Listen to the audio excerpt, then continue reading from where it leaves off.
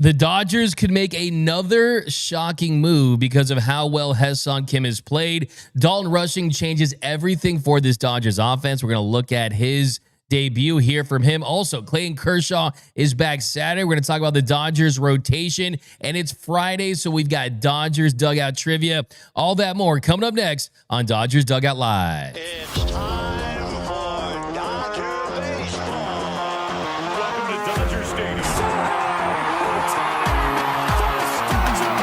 This is the golden age of Dodger baseball. The Dodgers are building a dynasty. You got it, Ryan Parade. We got it, Parade. The Dodgers punch back and head to the championship series. Ohtani starts the 50-50 clock. Monkey magic. Freeman hits the ball to right field. She is gone. Start the party, Los Angeles. Your Dodgers have won the World Series. Think blue, bleed blue, and I'm out. What is up, Dodgers Nation, and welcome to another episode of Dodgers Dugout Live, the #1 Dodgers show and podcast on YouTube. My name is Doug McKain, credential member of Dodgers Media. You can follow me on X and Instagram at DMAC_LA. If you're new to the channel, hit the subscribe button, hit the notification bell, hit the like button, join the Discord, join the Big Lead, all that great stuff. And also drop some comments down below. Later, we are doing Dodgers Dugout Live trivia. It's Friday, and we're giving away another t-shirt for today's winner. That's always a lot of fun. Got a lot of business to take care of before that, though.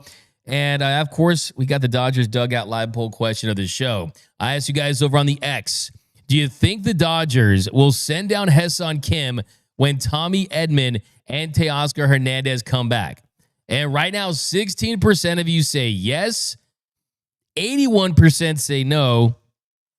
So right now, it looks like most Dodgers fans believe that they're going to keep Hyeseong Kim up. So we'll talk about that a little later. But so much to get into on a Friday show. I got my Friday fun shirt on. We got my man Noel rocking with us. Noel Sanchez, he's looking for all your hottest Dodgers takes, all your comments of the show, any question you got for the 7th inning stretch. So drop those down below. But lots to get into. So let's start off with the leadoff. Leading off, the hottest story in Dodger baseball.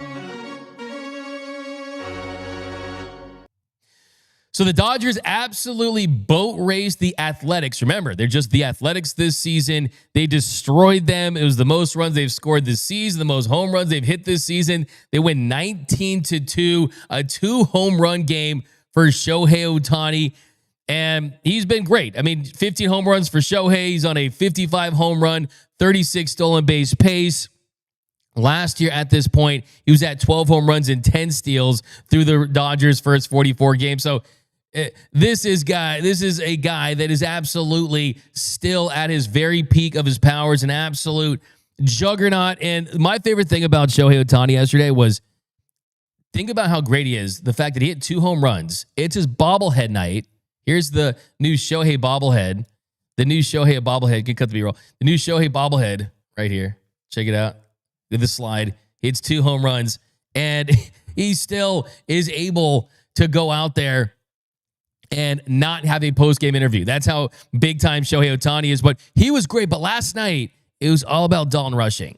Dalton Rushing making his debut, coming on the heels of the shocking DFA of Austin Barnes.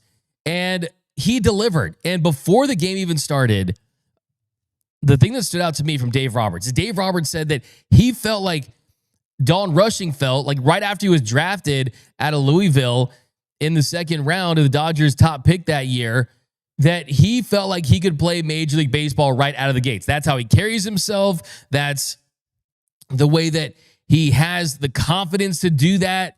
And last night, it was a great indication that, yes, he is that guy. He's very polished, very professional.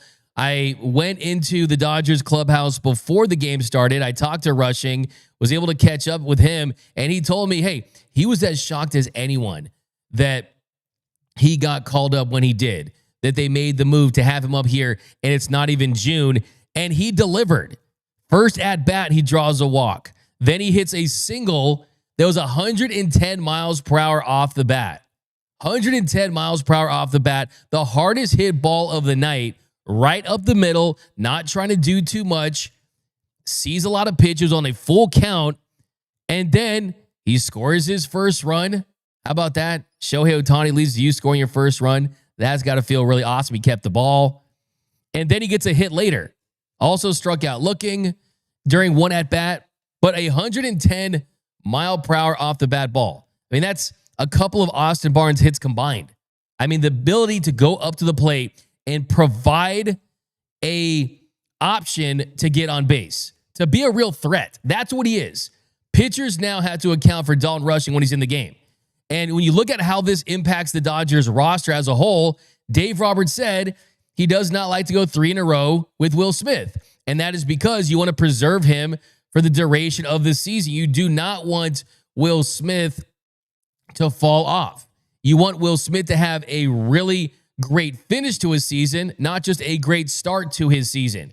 And having Dalton Rushing as an option is going to allow Dave Roberts to plug him into situations like we saw last night, where not only does he handle the pitchers very well, and there was the familiarity with Matt Sauer and Justin Robleski and guys that he's worked with. He did a really nice job. There was a throw to second in the game that was on a ball 4, so it didn't count, but still, it looked like a strong throw. I think his pitch framing, kind of the yanking style, is certainly going to be beneficial. So just everything about last night from Dalton Rushing, it didn't look like it was his debut. It looked like he was in the 3rd year of his career after making a couple all-star teams. And yes, it's one game.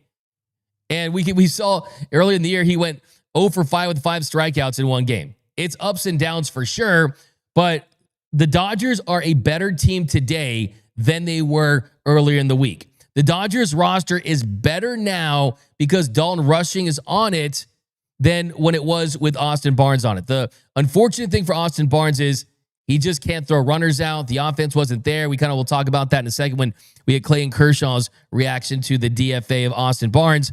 But you got to be excited if you're a Dodgers fan because of the options that this opens up.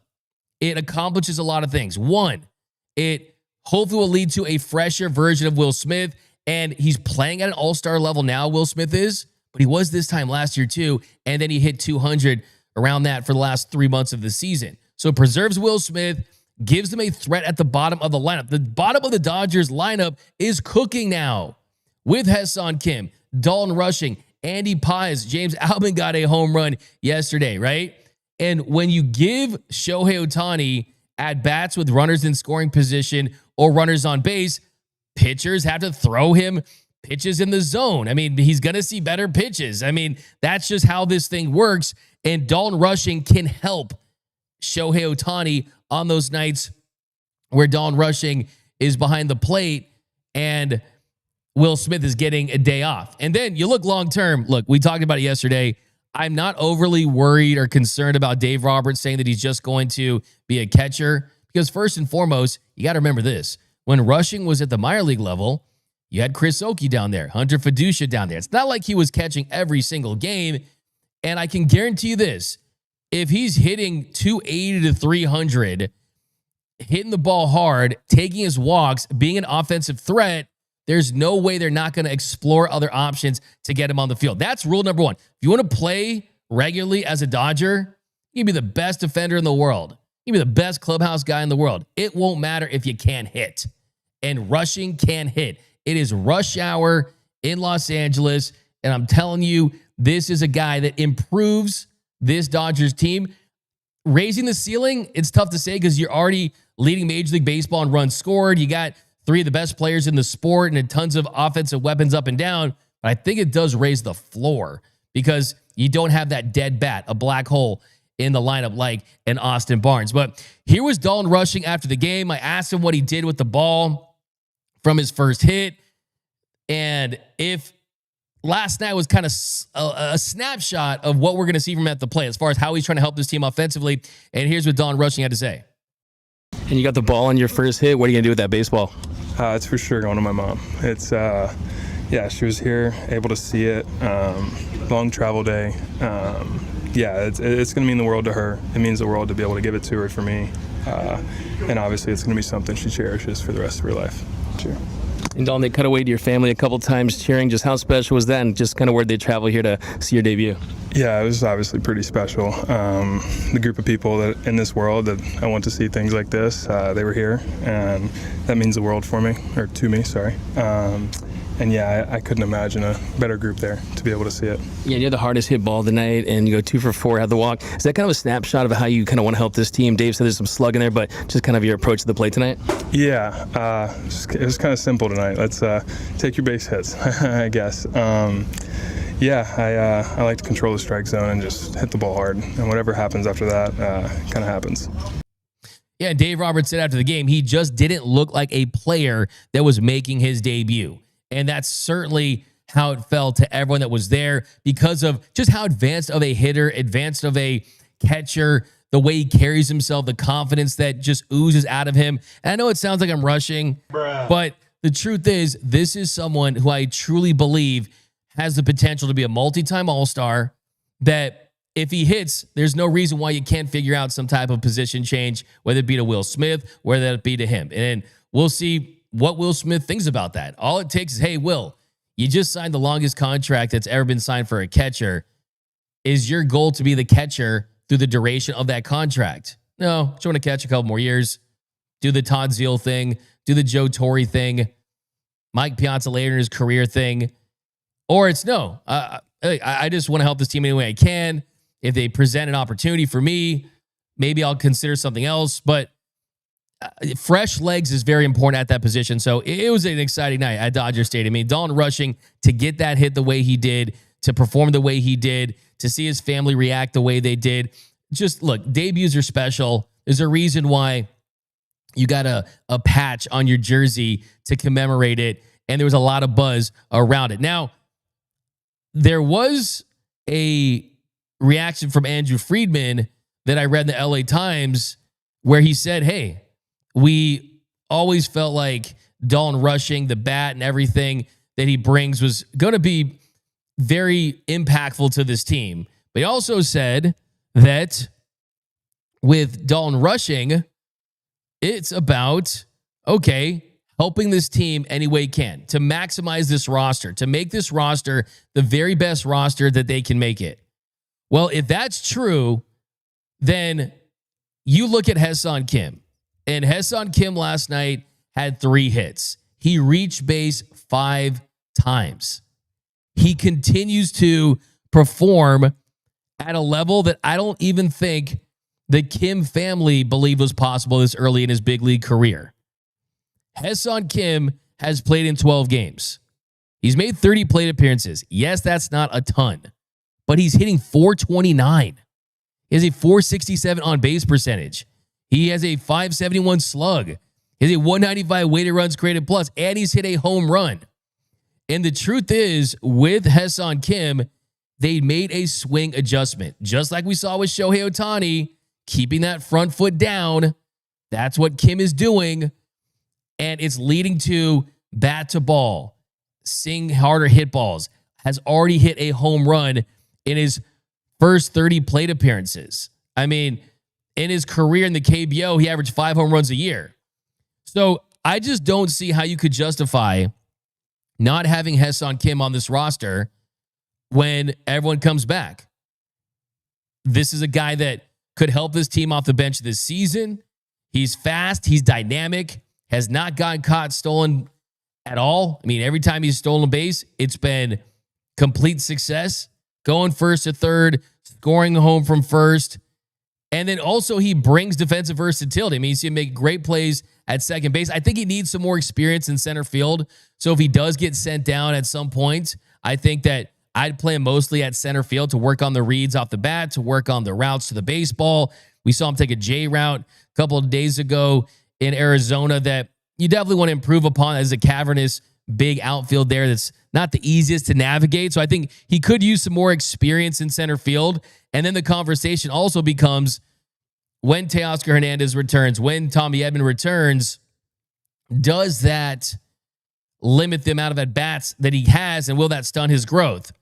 That's kind of the conversation that they might want to have is, hey, we might feel that it's going to be at the very best for him to go down, get consistent playing time, and that way you can continue to build those instincts at the plate that you're getting. I mean, look at that stolen base, sliding under the tag right there. Fantastic job. But those instincts of, hey, this is my new swing now, and the more reps I get doing that, that's going to be better for myself. That is going to be second nature. That's what they need for him. But I think with Kim, kind of the most important thing for him is there's only so much you can develop down there. I mean, you saw with Dalton Rushing. He's 24. There's only so much developing you can do against pitchers at the minor league level, right? I mean, that's just a fact. And if you are going to use him in a bench role in the postseason, then why not use him in a bench role in the regular season? And then moving forward down the line, when an opportunity presents itself to play in a position, then sure, fine, you explore that. But I think that if Dalton Rushing is going to be a guy that is not going to be a starter and you're willing to develop him, Hyeseong Kim, the way he's performed, sometimes guys, they absolutely crush it to a level that it's beyond, oh, we're just going to have a tough conversation about this. It's what is best for the team. And hey, if you made that bold move to move off of Austin Barnes, what makes you think you can't make off a very bold move to move off of Chris Taylor? Because the truth is, Hyeseong Kim helps the Dodgers more right now than Chris Taylor does. And if Andrew Friedman is saying it's about putting together the best roster, if that is being echoed by those throughout the organization, I mean, I think that you certainly have to consider that as well. I mean, I would think long-term about this. You see Shohei's eyes light up when he's got Hyeseong Kim on base. You see the infusion of youth. Let's not forget this. Heading into this season, the Dodgers had the oldest roster in Major League Baseball at 30 and a half years of age. The oldest roster in the sport. And then over the last month, we've seen Andy Pages emerge, a top 10 hitter in the National League. Dalton Rushing is called up. He's going to be a part of this team's future. Hyeseong Kim as well. So a little youth, a little energy there, I think can really, really help this team. But let me know down below in the comment section, what do you think the Dodgers are going to do with Hyeseong Kim? I think it's pretty obvious right now that Dave Roberts said a couple days ago that the original plan was just to get his teeth into it, to cut his teeth and get his feet wet and get an opportunity to face big league pitchers and just start that process. And then it did sound, at least a couple days ago, like the plan was to have him go back down when everyone gets healthy, but you never know. Things change very quickly, and this is a performance-based business. If you're not good at your job, or there's someone that at your job that's better at doing it than you, ownership usually tends to lean towards that guy that's doing their job better, right? And if we're talking about employees of the month, Hyeseong Kim is definitely a contender for that. So, hey, Hyeseong Kim is Hyeseong him. I want to see him staying with this club. Not for selfish reasons, but because I think that he could play a role for this team in the postseason. Okay, you got a super chat, Lou, 199, CT3 DFA before his 10-year on July 24th. Cold move. I mean, that's assuming that they're going to do that, right? And we'll see what they ultimately end up doing. But the truth is, with Chris Taylor, is they're not giving that many opportunities. I mean, you look at Chris Taylor so far this season, and he has played in 28 games, has 35 plate appearances. Think about this. Just think about this right here. So Chris Taylor has been on this roster the entire year, since opening day all the way back in Tokyo on March 18th. And he has 35 plate appearances. Hyeseong Kim, he has been on this team for a couple of weeks, and he has 30 plate appearances. Hyeseong Kim did not make his debut until May 4th in Atlanta, and that was defensively. He didn't get his first plate appearance until May 5th, and he already has 30 plate appearances, just 5 shy of Chris Taylor. So don't listen to what they say. Watch what they do. What they're doing is telling me that, yes, Hyeseong Kim is playing a role because Edman's injured, right? And those plate appearances would go down significantly if he's coming off the bench. But clearly, I mean, Chris Taylor, he's capable of playing second base. He's capable of playing center field. Why wouldn't they have given him those opportunities if they felt like that he could help them more? Left-handed bat, right-handed bat, speed component. Honestly, Chris Taylor's close in speed to him. So he's got to factor in those things. And I'm just trying to get underneath of what I think that what they should do and what they will do. And those are two different things. But I think what they should do is always remind themselves what is more important for the 2025 Dodgers and our pursuit to become the first team to win back-to-back championships since the 2000 Yankees. And if you think that Hyeseong Kim could potentially have a bigger role than Chris Taylor in October as a pinch runner, defensive replacement, bat off the bench, then I think developing him now, when you have the best record in baseball tied with the Tigers, when you're on pace to win 107 games, that's when it makes the most sense. You develop them later, September call-ups, July, you wait for an injury. I don't think you're going to have as many opportunities for him, and I just don't think it's going to bear as much fruit. We got Abstract, a $5 super chat. D-Mac, I'm with what you said yesterday. I'm ready for the new era. Keep Kim and Rushing and get rid of CT3, Rojas, and Muncy when they move Will to third. Look, Muncy, I think Muncy's found it. I really do. I mean, the confidence is starting to get there for Muncy for sure. We saw a Max Muncy bat drop yesterday that was patented Max Muncy, the slug, the hard hit balls. And would you believe this? After the year that Max Muncy's had, where the guy went over 100 plate appearances without a home run, 105 to be exact, the longest of his career, he's just 8% below league average offensively. He has a 92 weighted runs created plus. So they're not moving off Muncy, and right now I don't even think they should, because I think he's producing, and I still think that there's benefit there. There's upside there.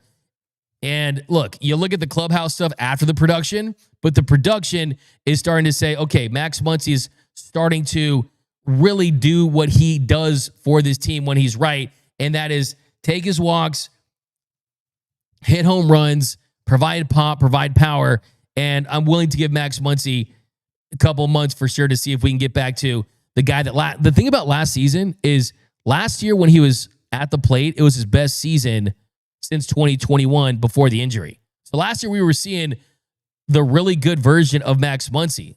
The best version was 2018 when he hit 35 home runs and had a 162 weighted runs created plus. But last year was really good Max Muncy. So let's see if we get that. Now, a couple updates. Blake Treinen is picking up a baseball. You're starting to see some positive developments for the bullpen right there with Blake Treinen.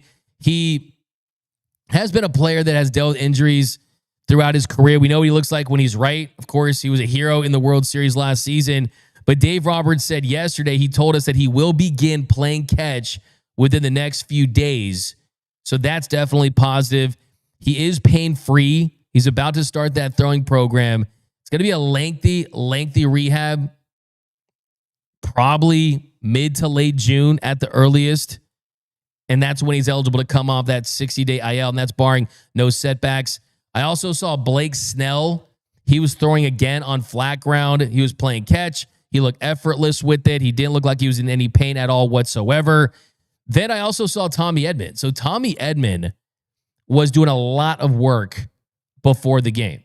He was out there really, really early. I get to Dodger Stadium 1:30, 2 o'clock. I go right to the field to see if anyone's doing any work. And Tommy Edman was out there doing sprints, going back and forth. Here's Tommy Edman going from first to third. And he told me that this is when he was going as fast as he possibly could. Like he almost ran to the camera. And I asked Tommy Edman about just the process. And what he told me was, this is what they're working on here at the end, is trying to get rid of any discomfort that he's having when he's rounding the bases. So the only thing that's giving him any trouble at this point is rounding the bases.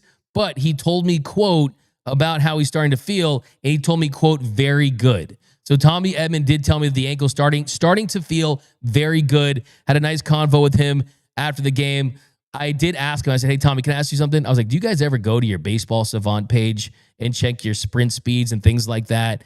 And yeah, I mean, look, players do that. Like, players definitely do that. So he's definitely going to be back pretty soon. Dave Roberts already said that it won't be this week, but it will most likely be next week. He's close to being activated.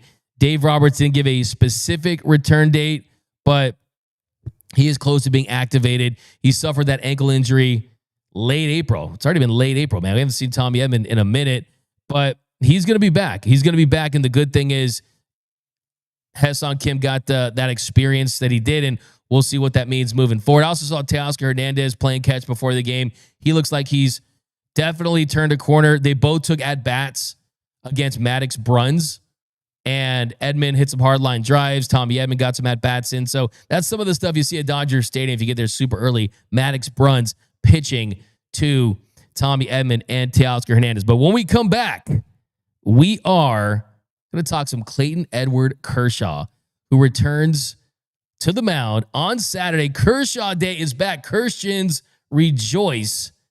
Saturday is Kershaw Day once again.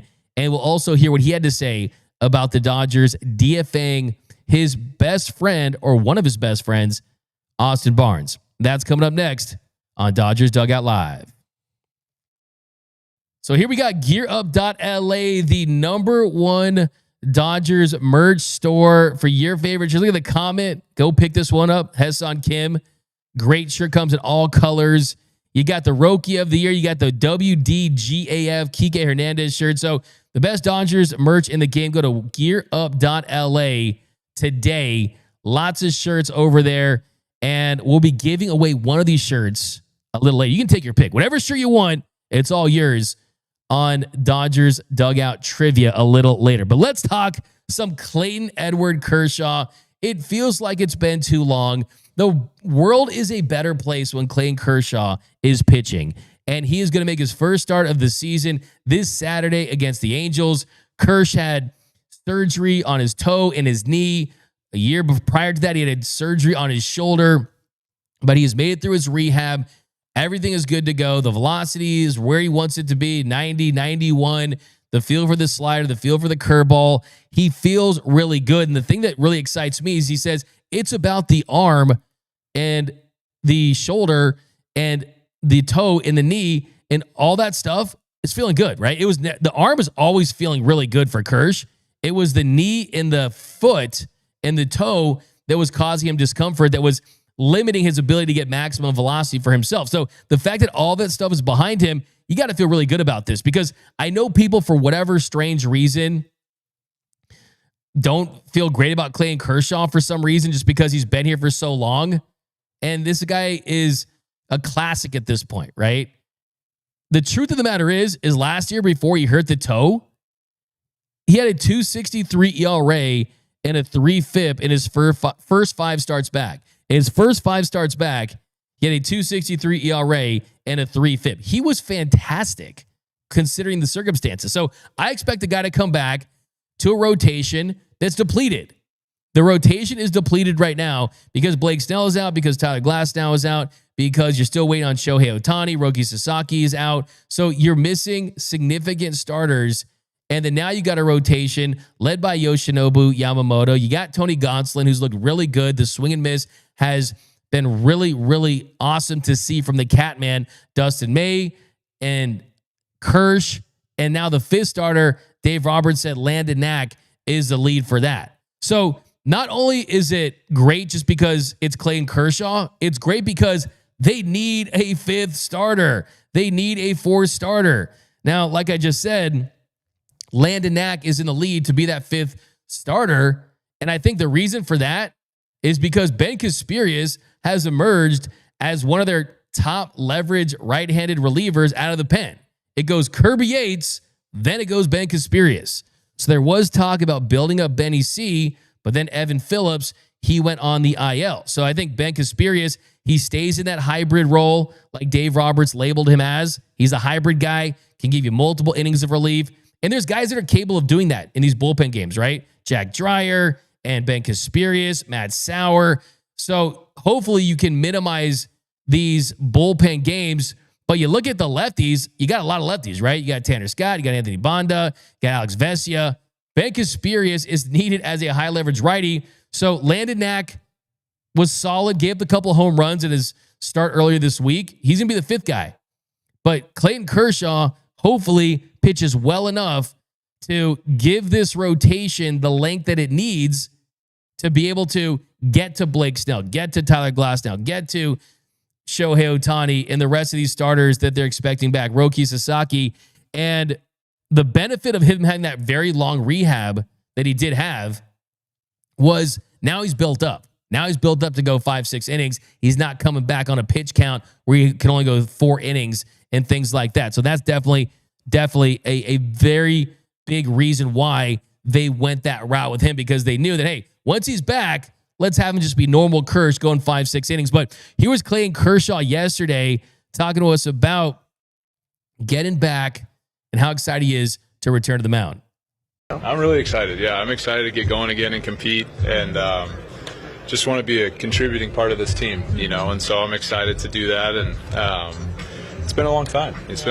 So I don't take it for granted anymore to get to go out there and pitch at Dodger Stadium, and Saturday will be it'll be fun if we win, but regardless, it'll be exciting to get back out there. I think for me, when you stop worrying about the feeling bad and you start worrying about performance, I think that's kind of when you know that you've turned the corner. So those last few rehab starts, I was more concerned about throwing well and getting guys out than I was how my foot felt or anything like that. So I think that was a good sign for me physically, and then now it's just a process of figuring out how to get guys out consistently again and perform, and that's a much better place to be than seeing if you're hurt or not. Yeah, I mean, you take it for granted, that when you don't feel good, kind of worrying about it all the time, and it's always in the back of your mind. So when you do feel good and all you have to worry about is getting hitters out, it's that's what we're supposed to do. That's our job. So it's a nice feeling to be able to just worry about that.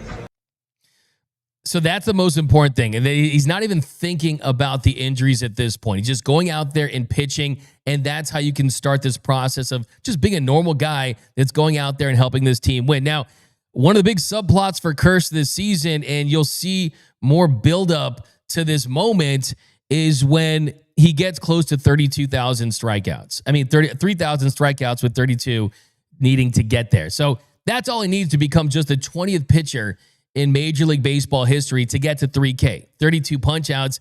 And if you know Clayton Kershaw, you know that he's a guy that is not going to talk too much about individual awards until he actually gets there.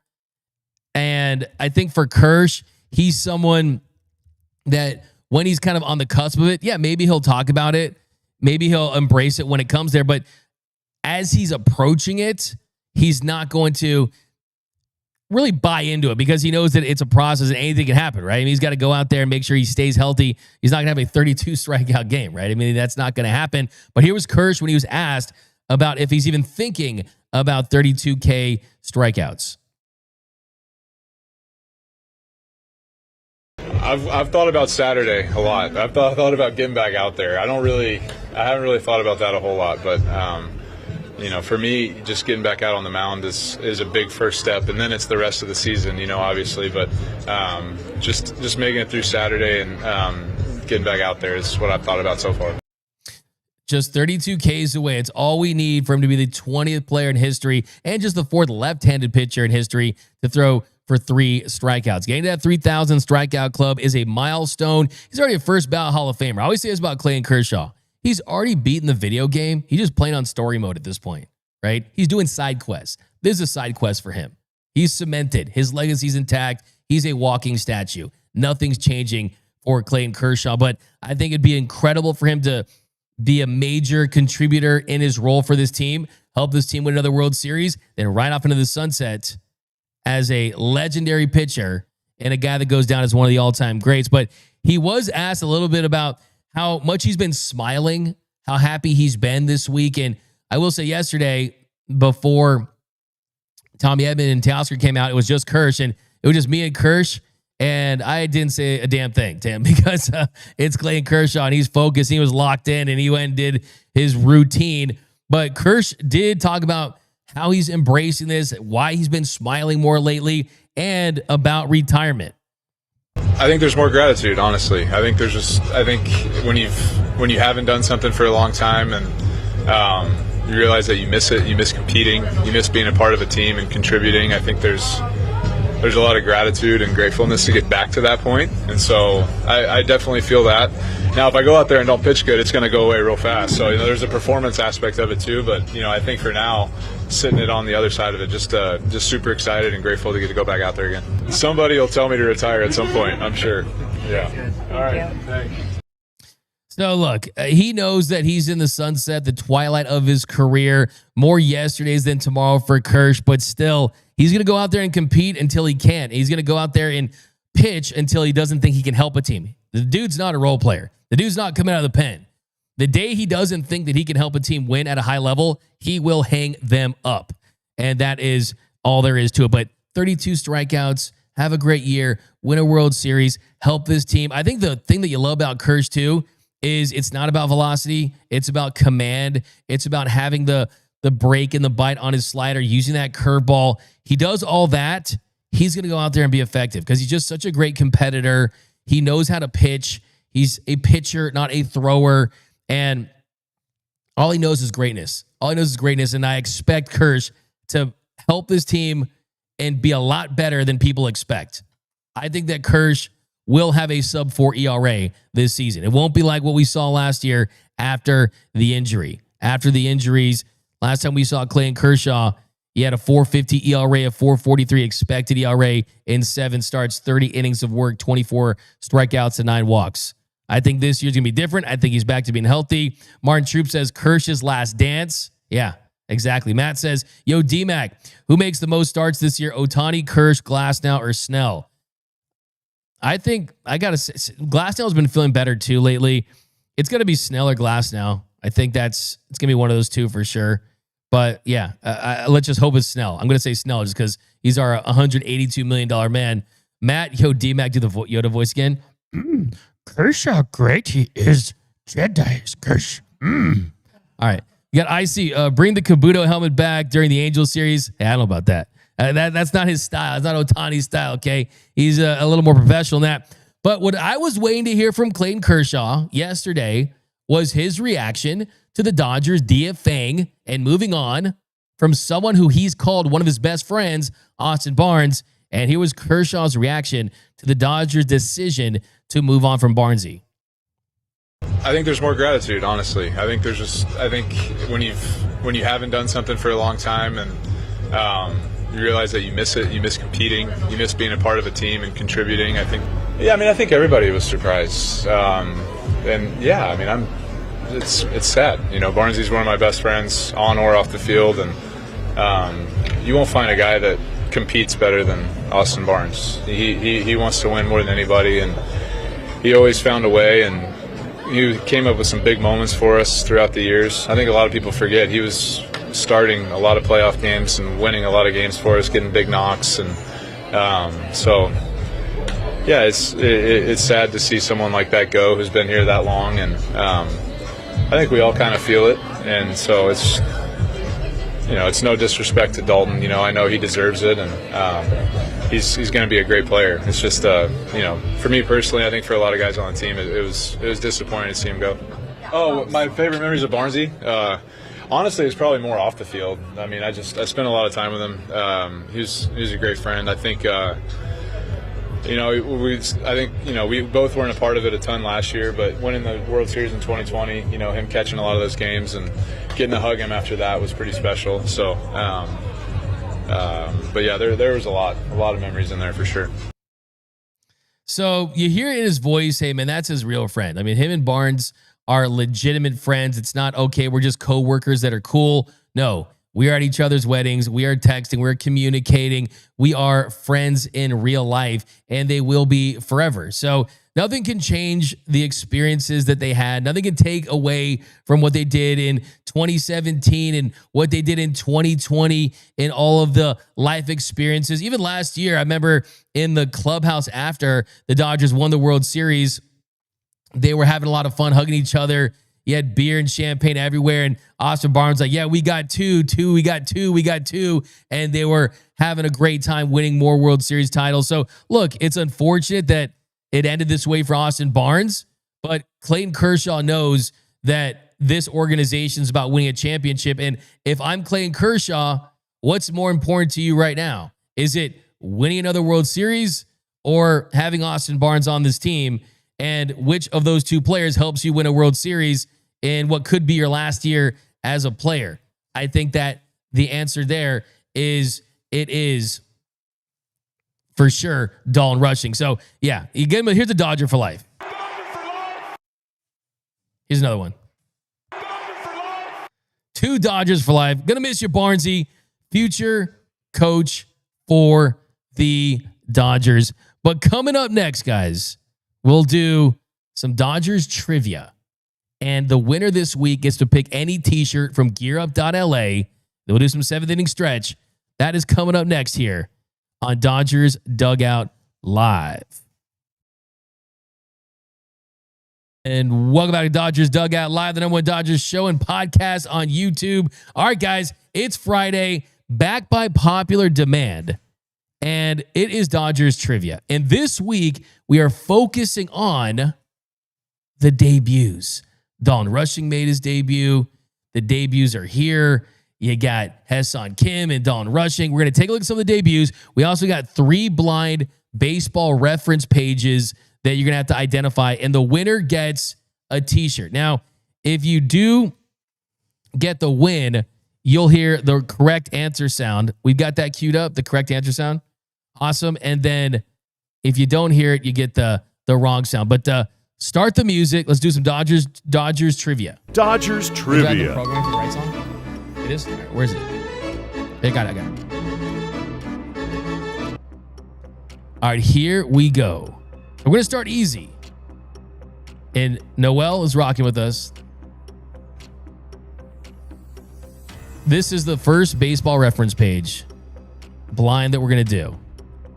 He started his career in Arizona. The Dodgers signed him after the 2018 season. Then he ended up going to the White Sox in a trade for a closer.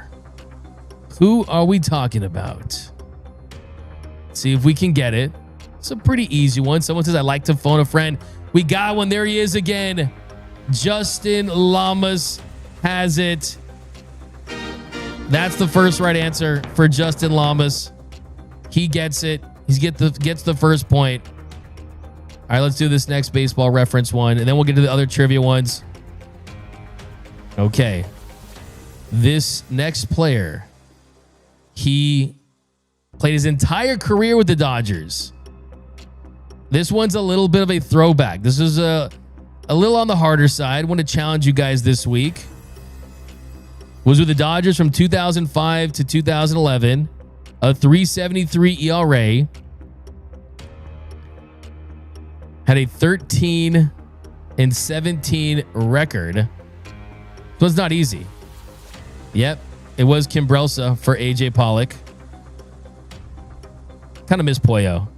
Hated the fact they ended up on the Giants. Did not love that.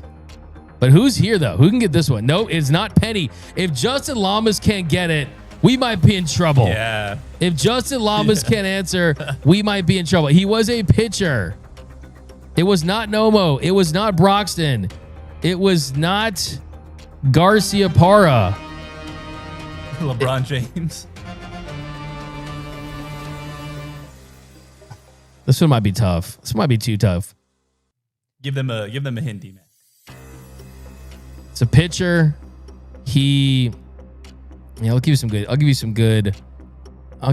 good We believe in hints right here. And Valdez. Oh, there we go. Jose Aguirre got it. Did he? Yep. Jose Aguirre got it. It is Han Shi Kuo. Good job. I'm going to give you a nice Let's Go Dodgers for that one. Give you a nice little correct. All right, let's do the last one, and then we'll get into the trivia. This is the last blind baseball reference page one that we have. Feel like we're going to do this one quick. started his career with the Dodgers, ended up on the Toronto Blue Jays, pitched for the Giants, ended his career with the Oakland A's. Who's getting this one? I'm expecting to see a lot. Oh, there he goes again. Was it Justin Lamas? Justin Lamas. Chicken? No, was it? Yeah, it was. It was close this time. OG X-Ray was close, but Justin Lamas, you got it. Is Ross the Boss Stripling, Chicken Strip. Okay, that's the 3 baseball reference ones. Now let's get into the trivia for debuts. I better see tons of people answering this one right away. Get to your keyboards. He made his major league debut with the Brooklyn Dodgers on April 15th, 1947. I shouldn't have to give any hints. I should see hundreds of responses. I like the pool, by the way. Chris Frosthager, Ismael Valdez. NS, no, Lamas does not get the shirts because we're tallying up these questions as well. He does have 2 so far. I think we've got it. Who was the first, though? I've got Steven Gonzalez. For Jackie Robinson. There we go. Is it Steven Gonzalez, Noel? Yes, Steven Gonzalez. All right, shout out to Steven Gonzalez. You got it. He's on the board. Okay, let's move along. On May 24th, 2008, against the St. Louis Cardinals, he struck out the first batter that he faced, and it was 7 strikeouts in the game. Pitched 6 innings, allowed 2 runs. Whose debut am I talking about? At the time, he was the youngest player in Major League Baseball at 20 years, 67 days. Who is it? I should see tons and tons of... There we go. We got it. Who is it? Is it Lamas? Justin Lamas. Lamas is always so quick with it. Clayton Kershaw. All right. It was Clayton Edward Kershaw. I'm going to throw a bonus in there. Who was the first strikeout victim for Kersh? Who was it? Who's it going to be? A.M. Sanchez, you're right. Ron Gotcha, you're right. Sean, you're right. A lot of people know this one. Paul Gutierrez, SoCal Stacking. Who else has got it? Chris Frostacre, you're right.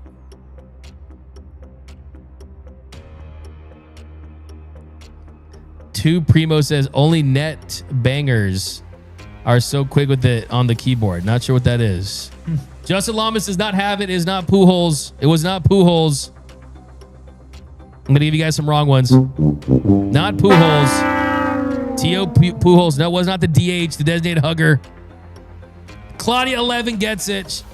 Claudia 11's on the board. It was Skip Schumacher. Nice job, Claudia.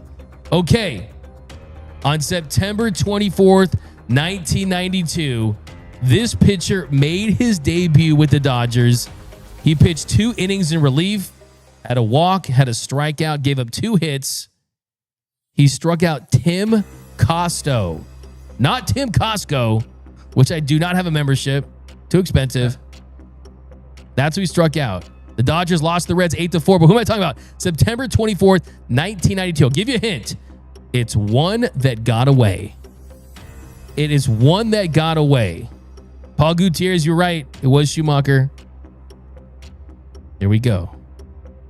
Hey, D-Mac, are we live? We are live. El Machingon. And we don't give a you know what. Go buy the shirt. Cesar gets it. It was Cesar. Cesar Coral Jacquez. It was Pedro Martinez.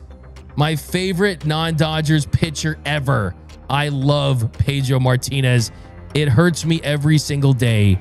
45 should not be worn on the Dodgers because he went on to have a Hall of Fame career and was the best pitcher in an era where steroids ran rampant. So that got away. Hurts to say. A lot of Pedros in there. I'm going to show some love to people who got it right. Steven got it right. Carl. Reed. I see you, James Bostrom. I see you, Joe Johnston. I see you, Daylon Brumfield. You guys are killing the game. Terrible trade, absolutely. Technically, he was a Dodger pitcher. Technically, but we know the truth. All right, next one. 1999, 23-year-old Canadian pitcher against the Marlins. Who's going to get it? Who's going to get it? Who's got it? Would go on to be dominant, had 8 strikeouts, 6 scoreless innings. It was a no decision. I see it. Who's got it? Who is first? Is it Steven Gonzalez once again? Yes. Eric Gagne. Steven Gonzalez. Adam Young, you're really close. Ray, you were close. Jacob G, you're really close. The James, you're really close. Josh, you're really close. It was Eric Gagne. All right, moving right along. A couple more here, guys. June 3rd, 2013. In his debut, he had 2 hits, but most notably, he ended a 2-1 win over the Padres by making a catch and delivering a rocket throw to double up Chris Denorfia at first base. Dave Roberts was the first base coach arguing the call. Who am I talking about? One of my favorite eras. There we go. Who got it first? Of course, it's him. Is it Justin Lamas? It's always Justin Lamas. Not always, but he definitely gets a lot of right answers. He's inevitable. All right, next. September 3rd, 2015. 2 hits in 4 at-bats, 2 RBIs.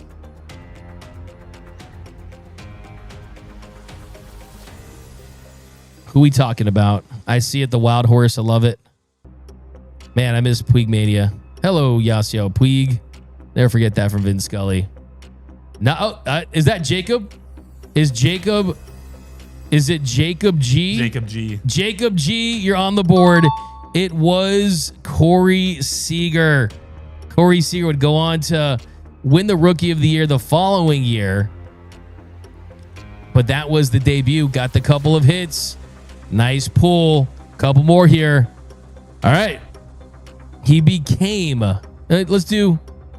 This is a fun one. You guys remember this one? July 30th, 2017.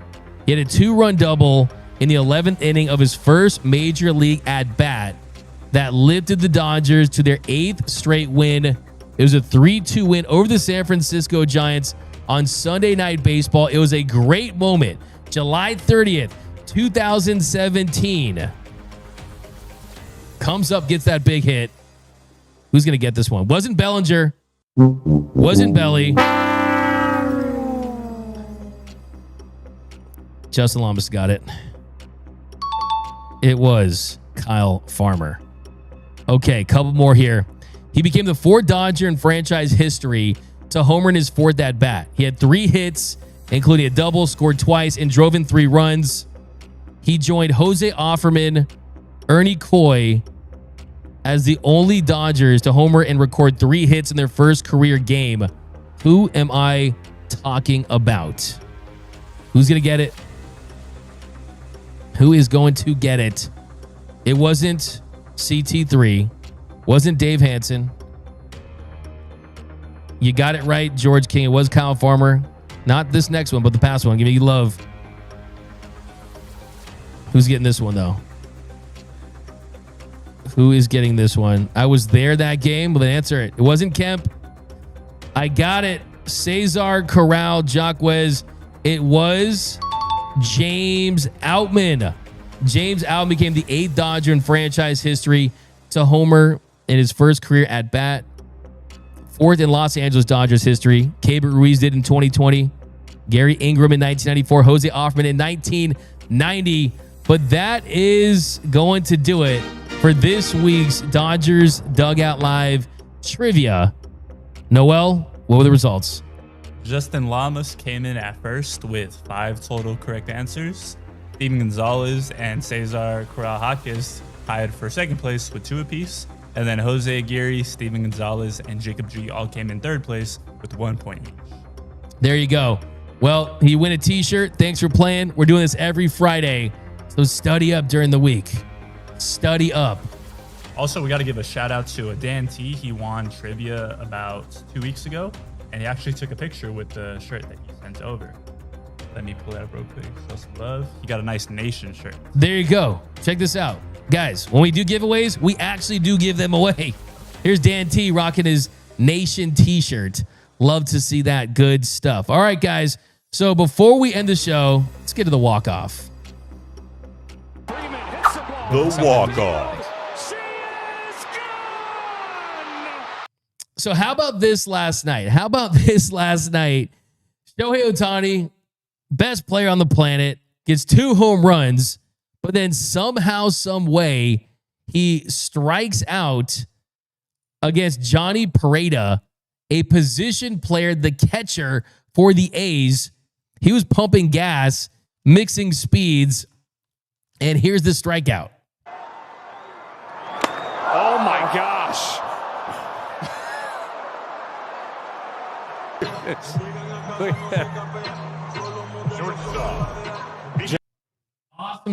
Awesome stuff right there, because after every pitch, I was noticing this from the top deck right there. You could see every time he would throw a pitch, he would back off and run back because he was afraid of getting hit by a line drive. It was the funniest thing I've ever seen. We do a breakdown of it after the show. Is he throws a pitch and he's backing up like Shohei is going to hit a scorcher off his dome or something like that. And then guess what? Dalton Rushing was not the only player to keep a baseball yesterday to commemorate his day. He also asked to keep the ball where he struck out Shohei Ohtani. I mean, that's why baseball is just a special sport. It really, really is, because you get moments like this where it's a 19-2 game. Look, in a 60-10 football game, in a 40-win blowout in basketball, you're not seeing very much of anything, right? But a 19-2 game, you get a moment like this where a position player strikes out Shohei Ohtani, and I'll never forget that way. He threw a 62-mile-per-hour fastball that Shohei took looking on the first pitch, and then the 5th pitch, it went up to 89. I mean, his changeup is his fastball. I mean, this guy, pretty awesome stuff to see yesterday. But okay, guys, do a couple more here. Let's do some D-Mac is a Jedi Master. D-Mac, what up, Alex Ranteria? We got Mr. Summer Obe. For Kershaw, this is like the last semester in high school when you already have enough credits to graduate. There's a comment of the show. It's a comment of the show. Love that for sure. Awesome stuff. All right, guys, we got a couple more. El Manchin going, hey, D-Mac, I have the ID GAF shirt, but it doesn't fit because it's a little on the small side. Would it be nice if your shirts came in the 3X for us bigger fans? Yeah, absolutely. I think we'll bank that. Yeah, those shirts are a little, I guess, on the tighter side. We'll get you a new one. How about that? 818 LA Rika, send down Ohtani to rehab for pitching for 2 weeks. Not even under any consideration. And he doesn't need to, really. He's capable of rehabbing at the big league level, facing live hitters. They'll bust some guys in from Rancho. Not even under any consideration.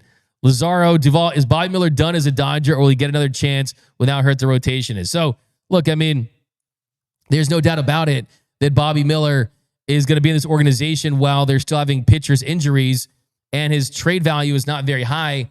So, yeah, I mean, he could benefit from a change of scenery possibly, but the Dodgers aren't in a position to move off of any healthy pitchers because it only takes a couple of moments, and that's that. Roy Estrada, Ohtani needs to change his walk-up song. Does not fit him. Needs to find a samurai warrior. I respect your opinion, Roy Estrada. I couldn't disagree more. I think the Michael Bublé, the I'm feeling good, it's intimidating. It gives people goosebumps. It goes hard. People love it. People stand up. It is. I think it's actually worked for him, man. And the truth is, he's playing better this year than he did last year. So whatever's working, keep doing it. But all right, guys, that's going to do it for this episode of Dodgers Dugout Live. My name is Doug McKain. You can follow me on X and Instagram at DMac_LA. Subscribe to the channel, hit the notification button, hit the like button, join the Discord. Also, join the Big Lead. It's the hottest stories of sports in less than an hour. We dropped our latest episode of the Fan Cave Go check that too on YouTube as well. But that is going to do it. We'll be back after the show with Dodgers Nation postgame. Tomorrow we'll be at the stadium for Kershaw's debut. But I'll see you guys later today. And until next time, think blue, bleed blue, and I'm out. Take me out with the crowd. Buy me some peanuts and crackers, Jack.